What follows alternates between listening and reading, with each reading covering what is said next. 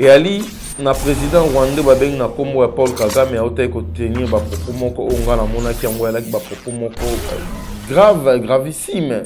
Donc il y a acte moko ya provocation ndenge pe ministre n'est-ce pas ya communication particulière loba ki ba acte moko ya mungai na kenda même mosika po tenir le même acte ya guerre. Voilà. Il faut ba procéder na je voudrais les paraphraser ici. La redéfinition de la frontière na biso ils ont tracé il y a longtemps. Ce qui insécurité est et ali ko persister, les problèmes c'est le Congo parce que Congo a Koboya la frontière on est à la redéfinir, c'est-à-dire une partie il y a République démocratique, il y a Rwanda et Kota dans quatre République démocratique du Congo. Ce qui est Peter Kaza dit comme ministre de l'Intérieur, il est interpellé au niveau de l'Assemblée nationale. Ce n'est pas parce que Peter Kaza a fait quelque chose, mais c'est parce que c'est lui le patron de la sécurité interne. À qui de fournir quelques explications par rapport à la question que vous allez soulever au niveau de l'Assemblée nationale pour que l'éclairage est à la mise. Donc, moi je ne peux que les soutenir à Kende, mais la Guinée Sabine au niveau au Mokonzamboka, à Kosala Nicolas la réforme à niveau FRDC. Donc, on est comme bout de tout dans la Kina Tubaïti, Moka na biso tika ko kabwana jamais pas maté Mokonzamboka, yé Moka Lobaki à se sentir qui à toi à l'aise comme chef de l'État, ce qui parti est République démocratique du Congo, on a nion ce que côté na Kimia. Beaucoup de monde a nini à ce qui concerne d'abord les hommes militaires. Mikona Mikolo ba recrutement ko sala mais puis rémunération na bango ko mata équipement déjà je voudrais signaler même dans la diaspora des ans il faut boy ba été FRDC a mis soit commis plus équipé qu'avant ba changer bango c'est ba président ba bilo rebelle ba drone sophistiqué c'est yaki ba matériel militaire to ko ça na procurer na yango Mikona Mikolo elinga lisusu ko la été armée na biso ko mata na puissance makasi. La question électorale c'est une question de souveraineté. On ne refuse pas dans les pays frères, pas réformuler, la vie na bango qui dirait que ne lit pas parce que nous sommes. Au moins s'ils sont partenaires. Au moins nous sommes dans un pays, s'ils sont partenaires aussi. S'ils sont partenaires. On ne refuse pas leurs avis. On ne refusera jamais leurs avis. En matière électorale aussi. Tout à fait. On ne refusera jamais leurs avis et surtout de relier Bisso totalement, c'est parce que nous sommes dans un État souverain. Mandat. Vous allez voir un Congo nouveau, un Congo fort, un Congo puissant et prospère, un Congo qui va parler de l'Afrique à travers le monde entier.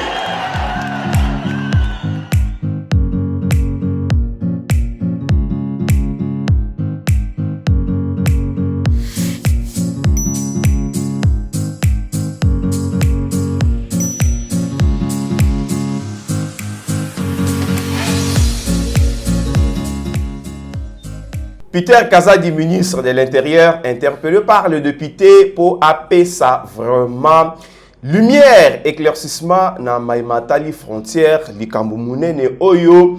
Monsieur Paul Kagame, le président rwandais, a outil qu'on évoqué Awa Tokobeta Lisolo Nakatia, émission sur les élections décembre 2023. Les États-Unis s'invitent au débat.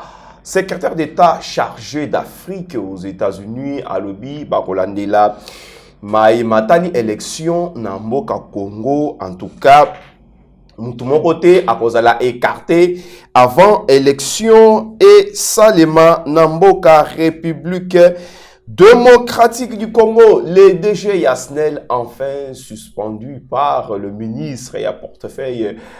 Madame Adel Kayinda, député Basengaki, gouvernement, la DG, pour la gestion, pour la Makambwebele, basala qui vraiment ko reproché to aussi ça na classe politique na biso to la union sacrée na sortie officielle na ye to beta sous du solo il y a bloc il y a Lubumbashi to qui Denis Mukwege à Lobi il y a Koko Makunate de l'autre côté Adolphe Muzitu azali kwa Kizé. Martin Fayoulou, il y a comme ça le rapprochement de Joseph Kabila Oyo à Jiraki Mboka, Lobby, Malamte, mesdames et messieurs, vous êtes sur Kissa le RDC. Bonjour et bienvenue dans votre émission Les Réveils Patriotiques. Je vous rappelle encore, derrière la caméra, c'est toujours Moïse Bongonda, na Pesimote, na équipe technique Mobimba. Il y a Kissa le RDC, sans oublier Benjamin Monasouka, notre super partenaire et les partenaires annoncés. Mais pour la cocotte dans Mozindo, dans ma union, surtout, Nauti qu'on annonçait Awa, tu invité les binos, les satellites de l'IDPS, membres de l'IDPS, fils du Sphinx. En tout cas, moi, Namboka, bonjour et bienvenue à Kisalo RDC. Bonjour, merci de Komobout de la presse et puis n'appelle ça bonjour Naba techniciens surtout baza retenir biso compagnie et bonjour à tous les internautes qui baza scotché en ce moment pour être ba Rolanda actualité politique to kopé ça bango to kobeta moko alelo mbote pe na ba combattant surtout IDPS pa wapi o bazwami précisément un fief électoral na ngai moamba ngaba lemba qui sensu matete limité na pesi bango mbote makasi et puis mbote na ba Congolais Est République démocratique du Congo, nous sommes de cœur avec vous. La paix totale reviendra dans cette partie orientale de la République démocratique du Congo. Merci beaucoup, mon Amboka satellite Ndenge na Wuti qu'on annonçait à Wanaba téléspectateur Peter Kazali. Azali interpellé dans le Parlement. Est-ce qu'il faut qu'on interpelle le ministre pour se justifier na accusation au Bissomoro Toyebi très bien que c'est depuis 1885 la frontière wana ezalaka tracé bongo et d'ailleurs une partie il y a Mboka na biso ikota na Rwanda au nom de la paix totikaka vraiment frontière ezala naturelle, c'est-à-dire les lacs Kivu et Banda et séparaka biso plutôt na le Rwanda. Analyse n'ikoki kosala par rapport il y a propos il y a monsieur Paul Kagame na interpellation oyo il y a ministre il y a intérieur lelo na kati ya parlement na biso. Merci pour la motuno tuningande comme Mobutu.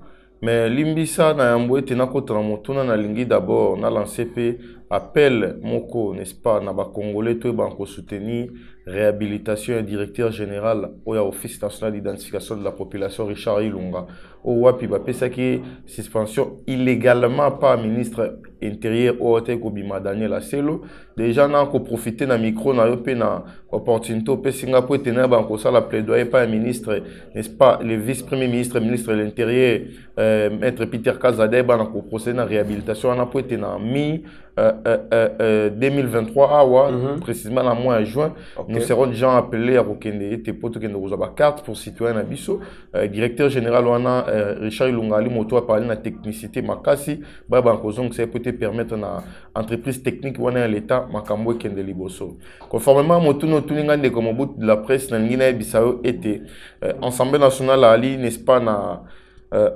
pouvoir na bango ya kosa musana bana lolenge sengeli. Ici, il n'est pas question, il y a un ministre Nicolas Kazadi, parce que ce n'est pas lui qui a fait sortir ses propos, mais étant donné que Ali ministre Ouapi à Siraka. Peter Kazadi, pas Nicolas Kazadi. Je parle de Peter Kazadi, merci beaucoup. À Siraka, sécurité à niveau intérieur, il faut pas bengaye pour l'Assemblée nationale à s'acquérir information. Il s'agissait de quoi? Et Ali, na président rwandais babeng na kombo ya Paul Kagame a ota ko tenir ba propos moko onga na mona ki yango ya ba propos moko gravissime donc il y a ba acte moko ya provocation ndenge pe ministre n'est-ce pas ya communication particulière ya loba ki ba acte moko ya mungai na kenda même mosika po tenir loba même acte ya guerre voilà il faut ba procéder na je voudrais les paraphraser ici na redéfinition ya ba frontière na biso ils ont tracé il y a longtemps. Ce qui insécurité est et aliko persister, les problèmes c'est le Congo parce que Congo a Koboya, la frontière on est à la redéfinir, c'est-à-dire il est parti, il y a République démocratique, il y a Rwanda et Kota dans 4 Républiques démocratiques du Congo. Je voudrais d'abord dire, n'est-ce pas, merci na réaction sans tarder à Roi Belge. Parce que Roi Belge a aussi déjà pour ça la réaction par rapport à propos où le président Kagame rwandais Athéna, qui je l'appelle président par élégance, au moni Kagame doit d'abord réinterroger l'histoire et puis doit encore se documenter à nouveau à Oyeba. Voilà. Le Roi Belge était aussi, n'est-ce pas, plus clair comme de l'eau. À l'obis, Soki et Sengi Makambo pour redéfinir la frontière Rwanda ndé ko senga kota na kati ya Congo parce que avant 1885 Rwanda banda ko existait. Na royaume Congo le Rwanda n'existait pas. Tout à fait na royaume Congo. Donc ce que ali na mboka o ezwa mabele ya baninga c'est que Rwanda ndé mutazwa mabele na biso. Donc biso il faut tozwa mabele na biso. Nyonso wana Paul Kagame ayeba ki yango te. Na kokota na mozindo. Donc ayeba ki yango Mais et ali ba plan moko nga la benga yango ba plan moko machiavélique au wapi Paul Kagame ali soutenu et non seulement à niveau il y a certains chefs d'État africains au wapi ba ko travailler toujours pour faire pérenniser la sécurité dans ce développement à niveau Afrique les marionnettes que j'appelle ainsi et puis dans certaines puissances occidentales parce que ba ali na difficulté il y a comme la République démocratique du Congo na ba richesse onyo surtout ali na yango ba ali na motema mabe kondima développement ya Congo et c'est salama na kimia bali na motema mabeli kundu ya komona ndenge nini épanouissement et ko salama na tango ya Félix Antoine Tshisekedi Tshilombo voilà. yango wana nga la ine bisabango ete baza na kimia peuple congolais ba pa iwapi onyo surtout ba ali pamba te mwana mboka Félix Antoine Tshisekedi Tshilombo ali na sentiment wana ya kozongisa kimia na partie orientale mobimba ba propos Paul Kagame atena ki ali makambo esi balobara yango na notamment na ba salon na bango n'est-ce pas ta ba kenda ba réunion pona ko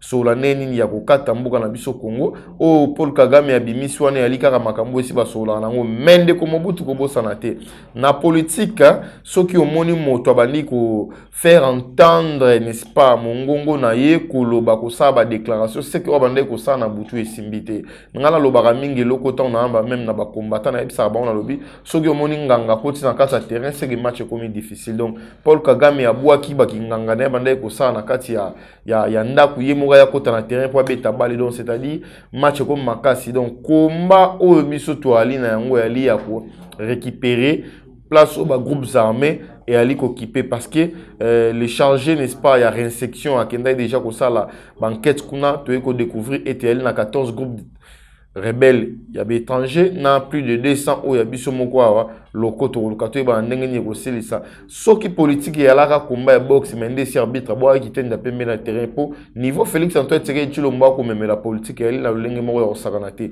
mwana mbuka pité ya kaza des fois que des fois ba ko éclaircir encore à nouveau est-ce que c'est nécessaire vraiment à kende kuna pour se justifier biso moko to ebi que frontière eza limitée na niveau boye eza boye est-ce que c'est vraiment nécessaire hier à kende ko se justifier devant le parlement on dirait biso to ko banga Paul Kagame poto lo bakete mboka na biso c'est limité boye vous ne voyez pas que eza vraiment interpellation moko boye ezo ya ko kitisa susu souveraineté na biso te ego kitisa souveraineté na biso te parce que souveraineté na biso ndimami na organisation internationale ya minene ba organisation régionale pe sous-régionale tout le monde qui peut déjà ba membre du gouvernement l'occurrence le ministre de la communication ça là qui réaction par rapport à ba propos wana ce qui ndeko Peter Kazadi comme ministre de l'Intérieur il est interpellé à niveau de l'Assemblée nationale ce n'est pas parce que Peter Kazadi a fait quelque chose mais c'est parce que c'est lui le patron de la sécurité interne à qui de fournir quelques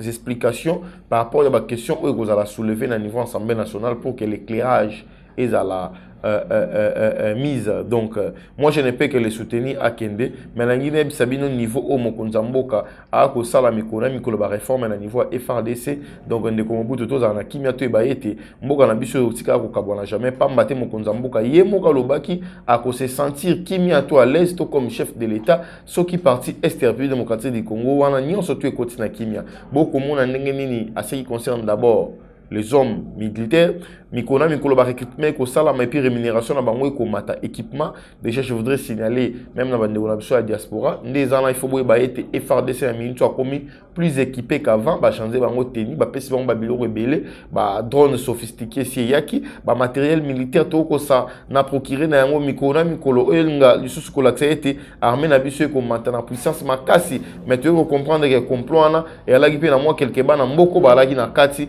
tous ces gens-là, ils seront mis à nu pour être Mboka Congo. Nous ne serons jamais appelés pour la Makambo telle balkanisation. Surtout que nous sommes dirigés par un vrai nationaliste, Félix Antoine Tshisekedi Tshilombo. Donc, tous en a kimia, ba diaspora, vous en a kimia, pour être na komo na ba pele kokota mingi mingi ndenge ninde ko satellite boy. Donc Paul Kagame a commis na suka, bisoto se préparer ndenge tous aura Rwanda tout comme ça au 27e province à Congo parce que les rois belges ici à lobby, même Guissé à Mboka na biso. Donc Rwanda ndé façon que c'est la biso mabé na biso. Donc et la biso tende to kozong c'est Rwanda mabélé. Mais les rois belges ont eu autant à lobby tant on un président fort, c'est-à-dire à forte. Ça n'engage que c'est lui qui a dit. Le roi belge. Il y a un pas le roi belge. Ça n'engage que c'est lui. À au Congo, qu'on a un président fort. Pas seulement qui est à côté de lui, mais tant au Congo et Kozala, na un président fort. Merci beaucoup. Yango na lobby, ces propos ils ont engagé kaka moto ya lobby parce que na habité ce que Félix n'est pas fort selon le roi. Maloba roi et ali parole d'évangile à ce qui concerne la force ya ba konzina biso. Est-il vrai par rapport il y a des réformes engagées par moi dans ma Congolais. Par conséquent, moi je ne peux que passer à ces propos.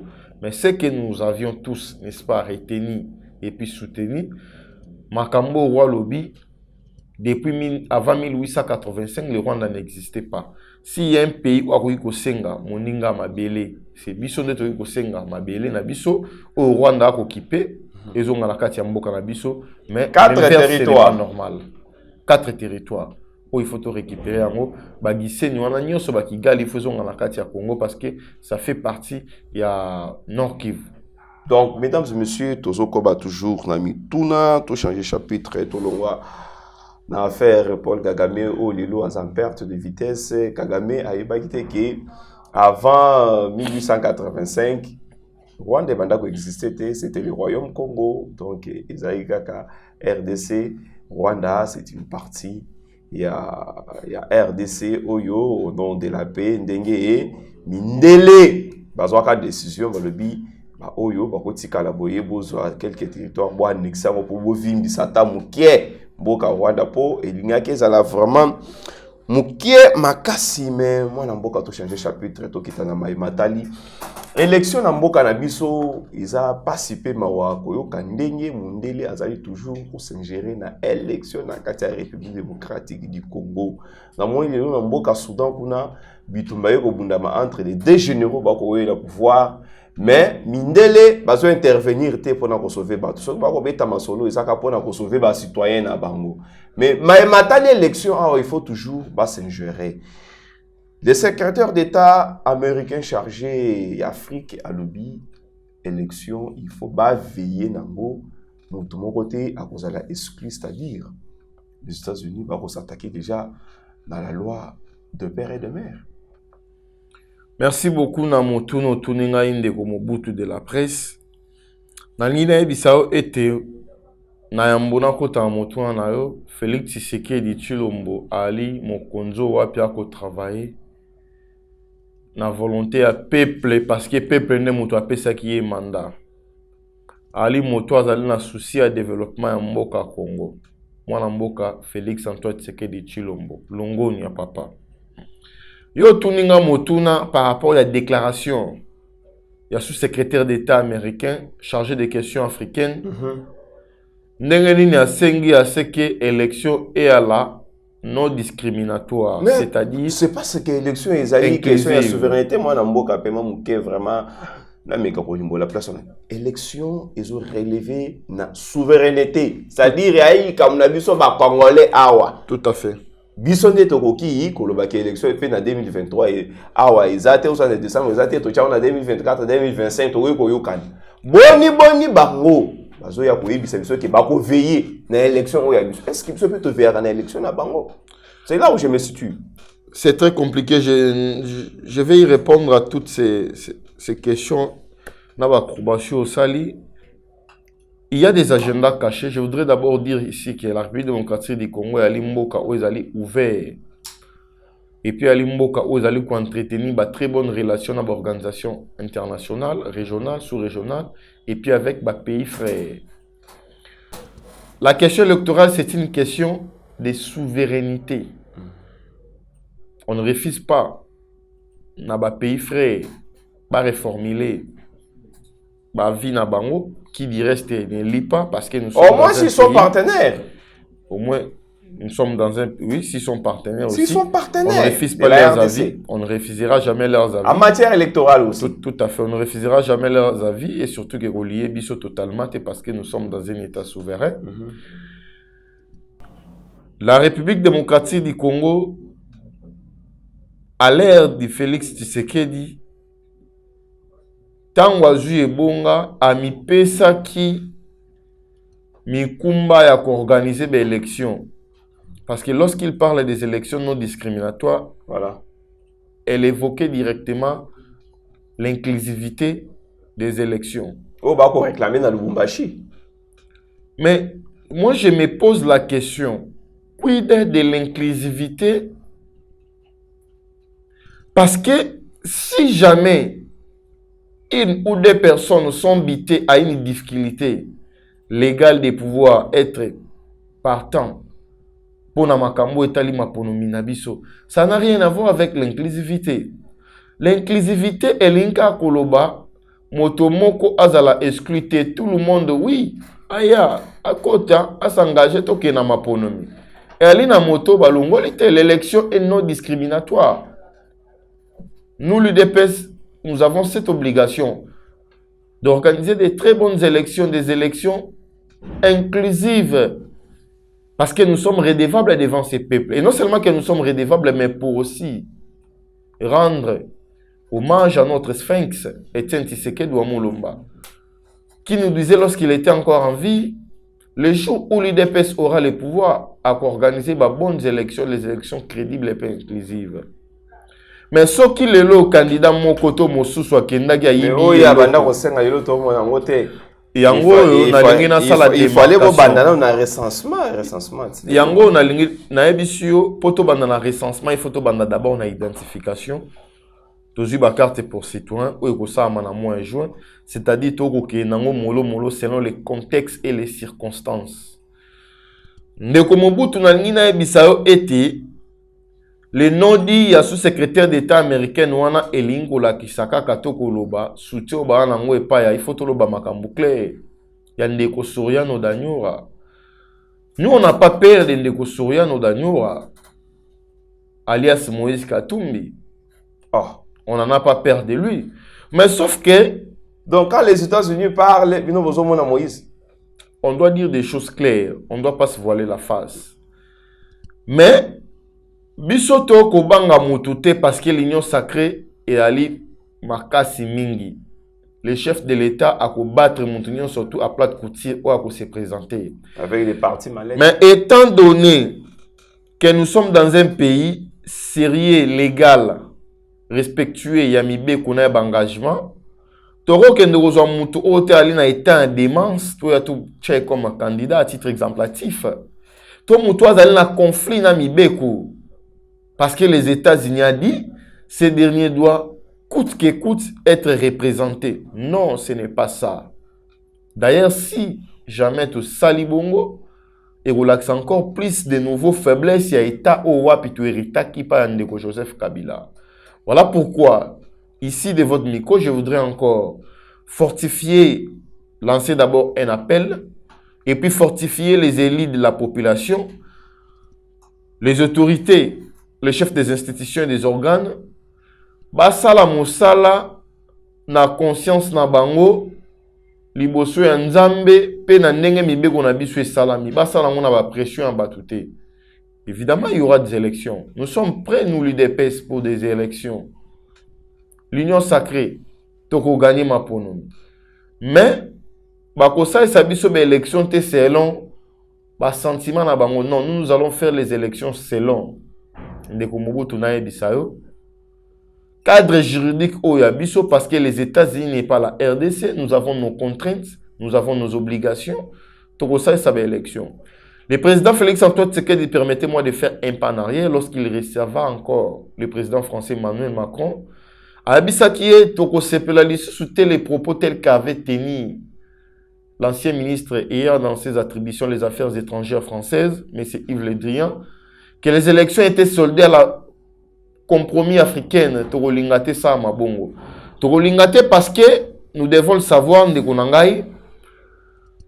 Nous sommes tous au courant. Il y a des places où insécurité qui gangréné encore Mboka. Des zones qui sont occupées par des groupes armés. Tosengi bamba ko pesa biso main forte. Ba ko seka biso. Ba ko saela biso ba théâtre. Yango mokonza mboka lobaki nous sommes déterminés, nous y allons aux élections. Voilà. Mais si jamais place d'insécurité ali, ba tenir en compte qu'ils ne reviennent pas pour nous dire que non les élections c'est soldé à la compromis africaine, c'est que nous ne serons jamais d'accord. Donc les États-Unis d'Amérique ba chama ina vino na bango. biso to ali sima mwana mboka Félix Tshisekedi lokola congolais nyoso bipai wapi azwami po ete tomoni ba réforme engagé par mokonzi ya mboka ali makasi ba place mai ezalaki te mai ekoti ba place courir ezalaki te courir ekoti IGF ekufaka misu na tangu ya mwana, je l'appelle mwana mboka par élégance Joseph Kabila. Mais lelo na koyebisa bino ete na tangu ya mwana mboka Félix Antoine Tshisekedi Tshilombo apesi confiance par inspecteur général chef de service Gilles Alingeti papa Kanga Moibi tomoni ba réforme ndenge nini ekosalama automatique ba mandataire bakomi kobanga na kobimisa mbongo te Alingeta na sima nanga ministre amoni na kosala boye te Alingeta na sima nanga IGF. Tout ça c'est Fachi Béton. Donc les États-Unis d'Amérique, il faut pas de la gestion, mais des élections. Sans la gestion, sans la bonne gestion, il n'y aura pas des élections. C'est parce qu'il y a eu la bonne gestion, voilà pourquoi il nous parle des élections. Les élections, c'est primordial. Les élections, elles sont primordiales, mais ce n'est pas une fatalité. Parce que si aujourd'hui, il y a des circonstances exceptionnelles où il s'est levé ici ou là, évidemment, nous tomberons dans des circonstances exceptionnelles où il y a un abisso. Tous les camaponomies, pour les circonstances où il faut respecter mon bec ou l'unconsité. Ou la constitution, parce que la constitution est en face de nous, il faut te respecter en gros. C'est pourquoi les États-Unis d'Amérique vont interpeller à tout moment. S'il faudrait répondre dans ce sens-là dans votre question, je n'ai nullement l'intention qu'il n'y ait pas des élections dans les délais et surtout que nous sommes bités à une difficulté constitutionnelle. Mais je voudrais seulement vous faire savoir que toi, Alina Mboka, et ali na ba circonstances mususu komara exceptionnelles au Soudan notre vie. Ce qui est commis à l'occurrence catastrophe naturelle qu'on sort. Yango mo na droit balobara dans des circonstances exceptionnelles, les réponses sont exceptionnelles. Nous pouvons nous passer dans une bonne guana to tchango pour résoudre bateau. Mais ce n'est nullement la bonne intention d'enga. Et puis ma prière est que cela n'arrive pas. Justement, je voudrais expliquer pour que Internet soit ba talabiso ba yeba.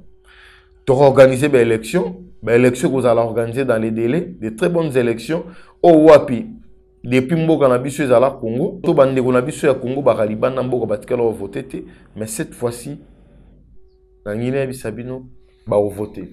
Les élections c'est pour le mois de décembre, mesdames et messieurs, tous là ba organiser les élections, ba o bazana pouvoir, ceux qui peuvent la sanctionner ba kende, ceux qui peuvent à maintenir bango bazala kaka po to komona pe dollar et komata kaka batu ba ko yelanzala batu ba ko yela makambo ebele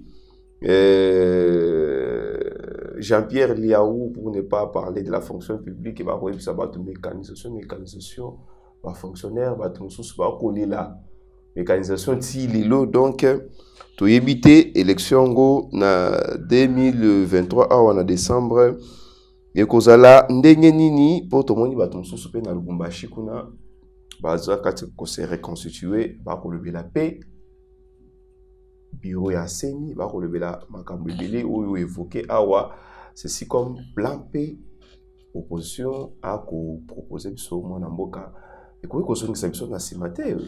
Pourquoi les opposants aujourd'hui ba ko senga eloko et son contraire?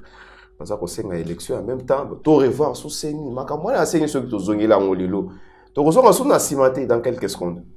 Heureusement que vous avez déjà parfaitement compris, mais c'est un sujet éléphantesque que vous me donnez quelques secondes. Ben, Internet va en vouloir, yo, attention.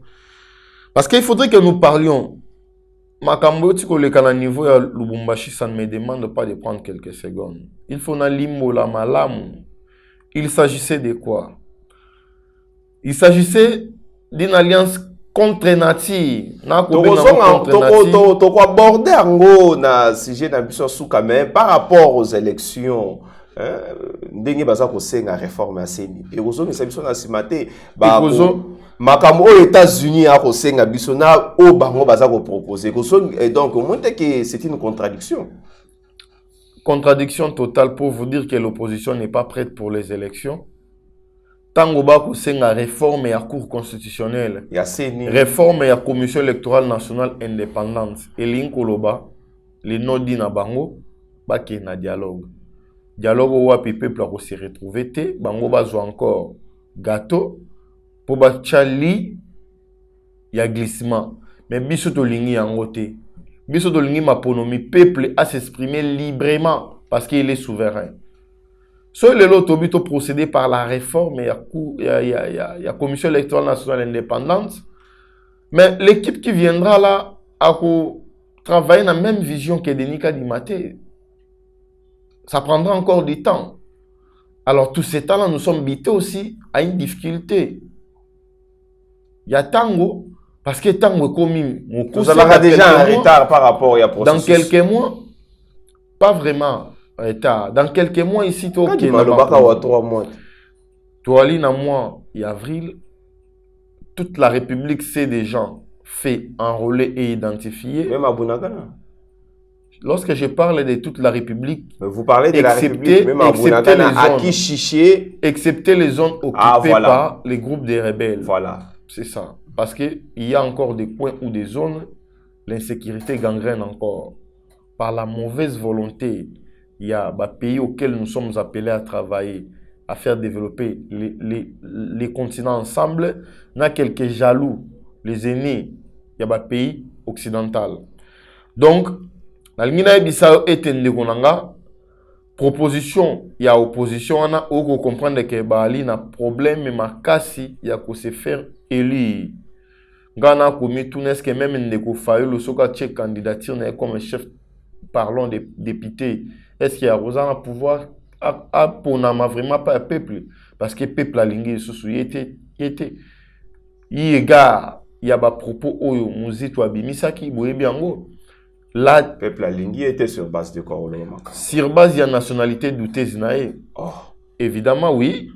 Mozi to lobi était moutapé sa kombo tata na kombo gamianga et ali kombo n'existera te na bandundu.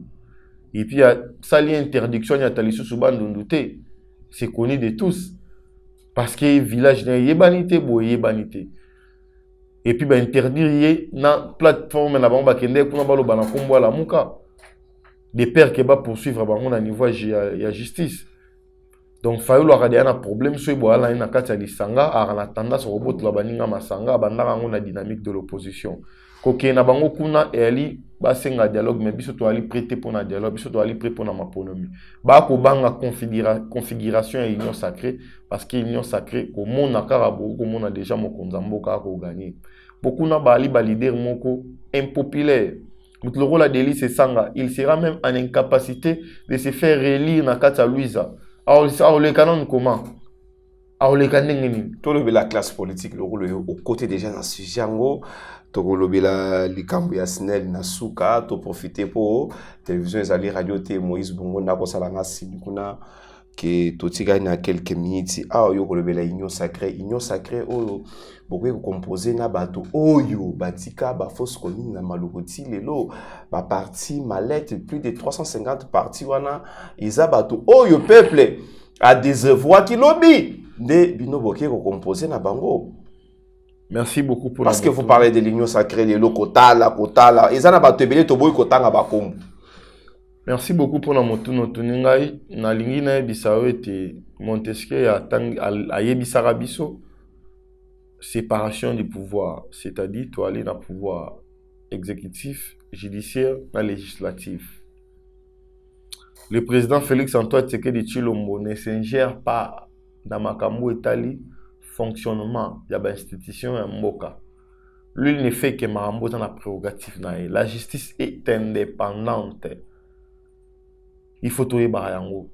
Lorsque un magistrat assis a rendre Mibé Konae, l'intime conviction conformément à Mibé Konabiso, même le ministre ayant la justice dans ses attributions égard des sceaux à aller à pouvoir faire intercepter, moins encore le chef de l'État. Il faut trouver Barayango.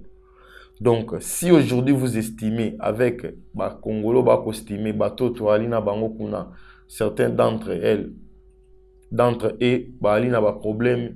Moi, je ne voudrais pas les répéter ici.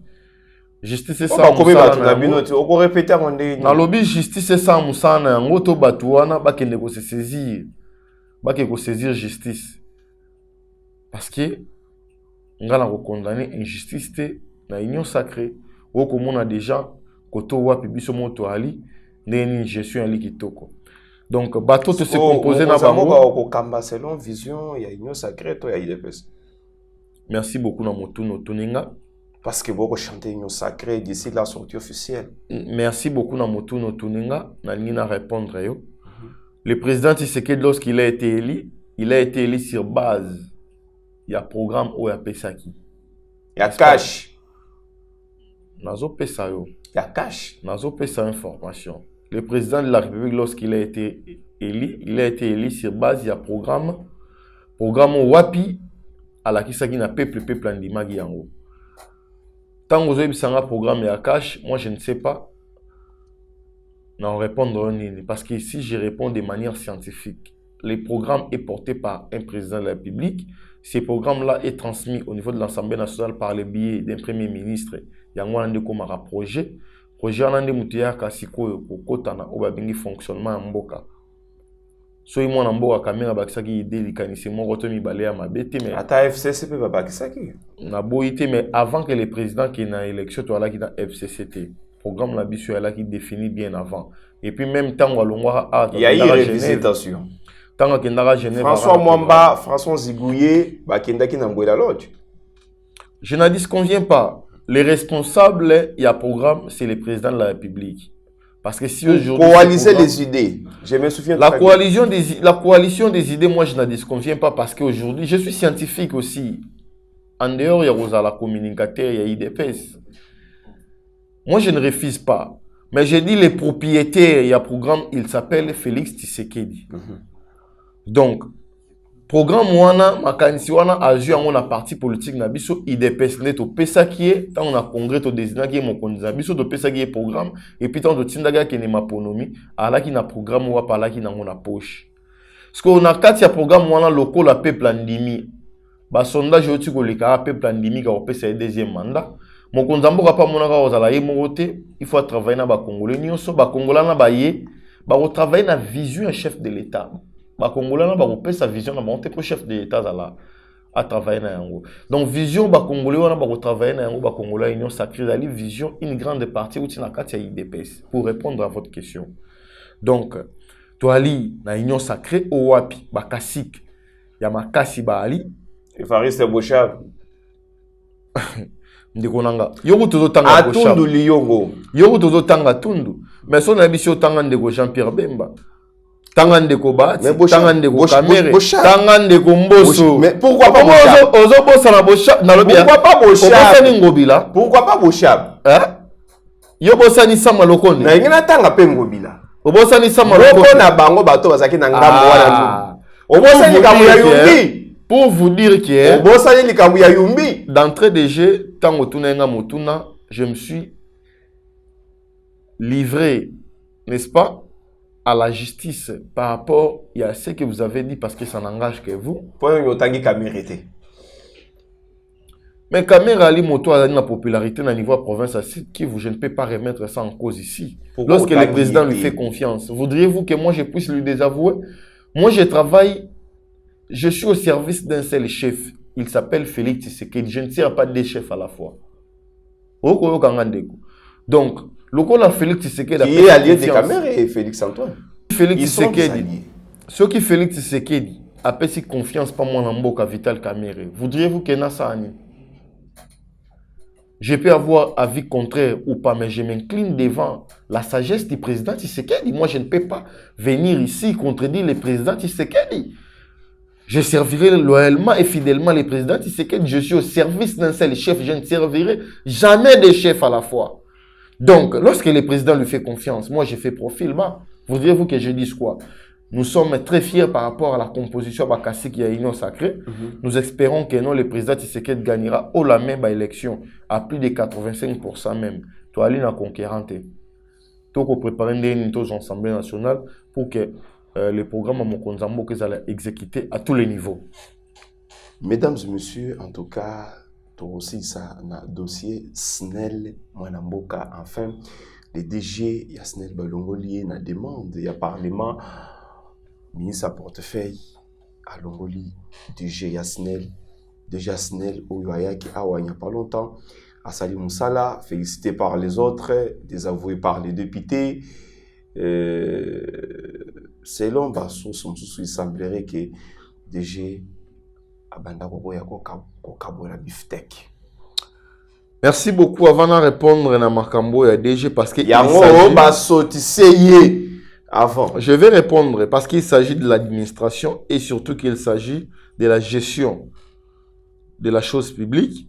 Je voudrais ici, par votre micro, n'appeler ça un grand merci à directeur général adjoint Oya INPP, le directeur général adjoint INPP Patrick Kaimbentsoupi. O wapi même tanga bande ko sala intérim mosale sama ki toko mingi makasi et puis ayewana na humilité za kana yango et puis na confiance ali nango et puis ako servir moi na mboka Félix Tshisekedi loyalement et puis fidèlement na parti politique na biso IDP so wa pas ko soutenir yango même na makambo etali misolo nini tout console mabe na bino ali na gestion on a servir république mais à servir individu c'est ça azoko servir individu azoko servir toute une institution INPP. Mais na motuno yo tuninga wana ndeko na ngai na ngina ebisa était directeur général au babengi na kombo ya Fabrice Lusindi ya Snell. Ici n'est pas question que aboye ko kabola biftec. Tango malamu e ko salama bolingite tondima to bolingite kondima malamu e ko salama. To fanda na mboka Congo esi mona propos. Je parlerai de la gestion. Il y a un mandataire, il y a l'État. L'Assemblée nationale est enquêtée sur ça. Et puis, désavouer, c'est le gouvernement longolais. Ce sont des cas où ça n'a pouvoir passer. Rémi Moussounga, il y a Rémi Moussounga, il va en parler. Oui. Je ne voudrais pas revenir ça. Rémi Moussounga, non, Rémi Moussounga, il n'est pas le Patrice Kitebi, Balongola Kaye, Tokomina Souka, moi, Namboka, on me fait signe derrière la caméra, moyen de continuer peut-être la couleur, mais Nangina Bissau était démonstration et salamagna niveau Assemblée nationale. Bamoni était incompétent, c'est aller ma casse, basenga na gouvernement longolais. La ministre ayant dans ses attributions le portefeuille Adel Kainda a procédé à une suspension. Il y a tout à fait, il y a des journalistes dans mon lobby. Mais parce que nous parlons de la gestion de Konanga, moi, je suis fait que je travaille dans le là, il ne faut pas te boire. Il faut des fois. Mais moi, toi, na volonté, tu as le roi dans la province. C'est la séparation au pouvoir. Allez, dans le lobby, qui signe l'ordonnance à gouverner? Pour pas qu'on la fonction. Comme éloge. Non, éloge te. Ngai na pouvoir ya lobby. Tala. Na ebisi bino na mwana mwaso babengi na kombo ya Fifi Masuka Saidi. Ya kaka bureau 11h. Soka la muki 5h abandi okende otala ba chantier. Parce que moteur ko sa musa malambo na lwalaba. Gestion de ta kitoko boy. Est-ce que zo ngwe bisanga te na bato boyete? Mais Fifi Masuka ko sa musa. Na kati mboka na biso même misat o ba ko sa musa lo Fifi Masuka. Ate. Bato mo konza mboka ko pesa confiance. Yango ngala ko soutenir na boy ba komba bato. Na boy ba komba bato ngana ko ndima Fifi Masuka pona ko mona musala. Mama Longonya vraiment na sepel na musala ko salama. Ngala na mona ete na yebi epete mais na tala ka musani na musika mais nga satellite le communicateur privé mo konza mboka na ndimi ete musano ya kitoko et puis na sima na yo bato nyonso tu ba koluka mutu na nga satellite na hotelemela bango pote musalo ko sala ali musala mo kitoko peut-être akabola ka biftec na bino nga na nanu na mona Fifi Masuka te na yebi epete ata numéro de pe na kanango te mais musalo ko sala na sepeli nango ce qu'on a lo baté un mot de la fin, t'as la caméra Moïse Bongonda. Mot de la fin, les Congolais tous se préparer parce qu'on devrait aussi en parler, mais on n'a pas tenu compte. Il y a manifestation union sacrée ko ça na samedi oyo ko yinda na épisode na za opesi mbwa boy pour to komona démonstration de force au wapi to bengali bana nyonso union sacrée tu es na stade de Marty pour te to koyoka o nini présidium ya union sacrée ko yebisa biso na biso mongolo wana ndo ko confirmer ete toi tseke Chilombo et si a gagné ma ponomi yango ndeko nanga na ngina yebisa ete na ko lancer déjà appel na sengi na bana nyonso ya mboka tokutana samedi na stade de Martyrs pour kozala opesi mbwa boy biso IDPS to ali déjà prêt toko se préparer déjà en conséquence kutunde na ko bima na okende tisa ba parlement debout na ba base pour être na mobiliser na niveau ko sakana te mukolo wane ko zala vraiment que non o pesi mbwa boyi putulu makala matikala putulu makomata yango wana ba internaute na bisibino bo continuer toujours na bobenga nde bobenga po te bozwa ba information na bino numéro na ngai ali plus 243 66 78 125 plus 243 66 78 125. Na habité soki ndeko mobuta ondimati kelanga na des annonces te mission kitoko boya. Na habité vraiment. Merci vraiment Marcas ndeko mobuta la presse. Na donc c'est lui maloba ndeko na ngai. Aujourd'hui, c'était vraiment les satellites de la presse, les satellites de l'IDPS plutôt, moi Namboka, en tout cas, à ce message, l'Union sacrée, samedi Oyo, Bakozala Miloulou, dans le stade des martyrs, derrière la caméra, c'est toujours Moïse Bongonda, mesdames et messieurs. Donc, comme dans ce émission, le réveil patriotique, je salue vraiment la présence du grand manager, le maître Niki, ou vraiment le grand manager. On doit Simba Kisalo RDC, Banda et Bandeli Tisuka, aux images, au boye. Donc, je salue sa présence parmi nous. Nous sommes arrivés presque à la fin de notre émission et restez branchés.